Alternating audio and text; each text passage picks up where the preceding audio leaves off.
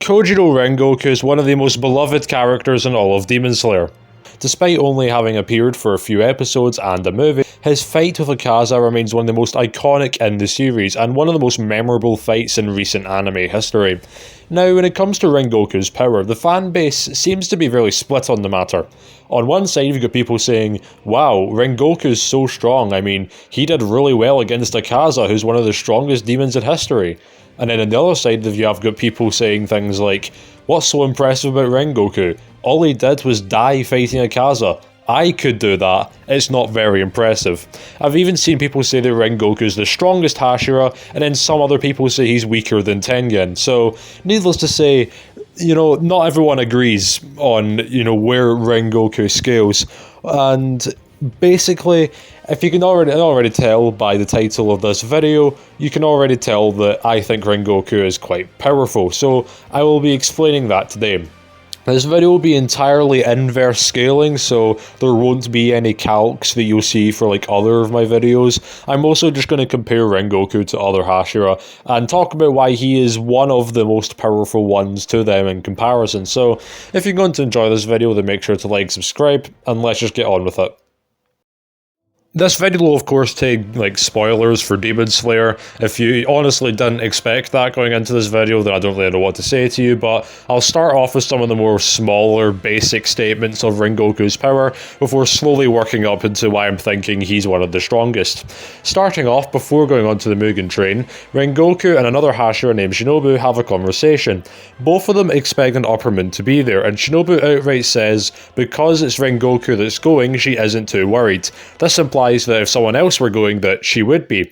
This bare minimum means that Rengoku isn't the weakest of the Hashira, and that Shinobu believes in him to be impressive. This high praise from other Hashira doesn't stop there, however, as with Tengen listing off the people who he considers to be more talented than him, he also mentions Rengoku in that list, implying that Rengoku is above Tengen.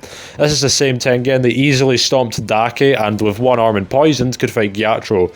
Both Dake and Gyatro could both fight and kill several Hashira in the past. These two statements immediately make it clear that Rengoku is quite powerful overall and is even stronger than some of the Hashira in the past. But when I say he's the strongest, what do I have to back it up? Well, we have to look at the Akaza fight.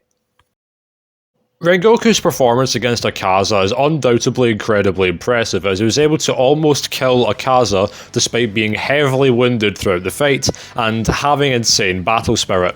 The battle spirit part is important because the way that Akaza's ability works is that he's able to sense battle spirit and predict attacks of those that he can sense. This is why when Tanjiro activates Transparent World, a technique which hides his murderous intent in battle spirit, Akaza's barely able to keep up and ends up having his head cut off.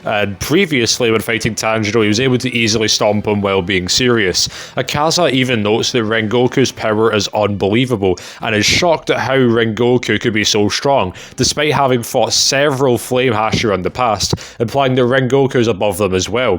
The fact that Rengoku won without weakening Akaza, and probably even amping him even more, is impressive, especially when you consider the fact that to defeat Doma and Kokoshibo, it required several Demon Slayers attacking at once, and nerfing the Demon Slayer or the demons in some way. But where Rengoku's performance is made most apparent and impressive is when Akaza fights other Hashira.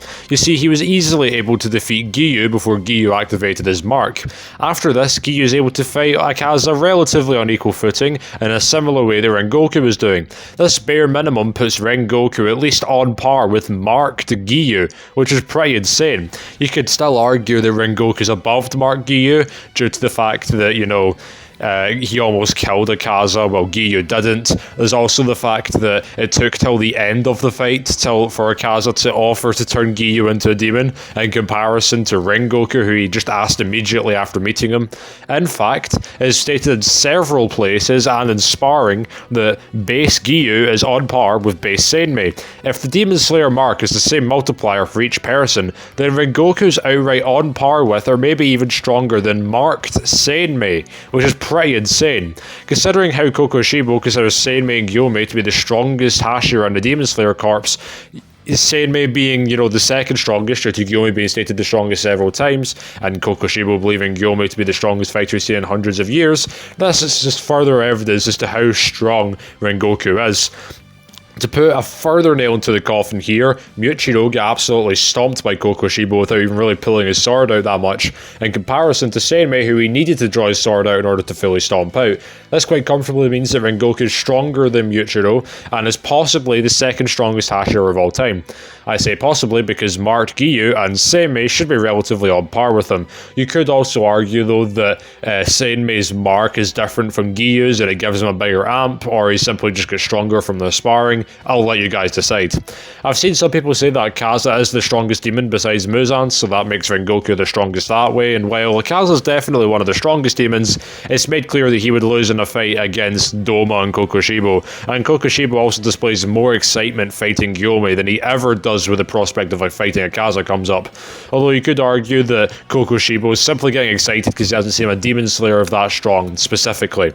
Now, as to how Rengoku versus Gyomei would go, there's a bit less to go off of. I would argue that narratively wise, Gyomei should be stronger. This is not only due to him being stated the strongest Hashira, as I've already said, but also Tanjiro noting that his smell was much different from everyone else's.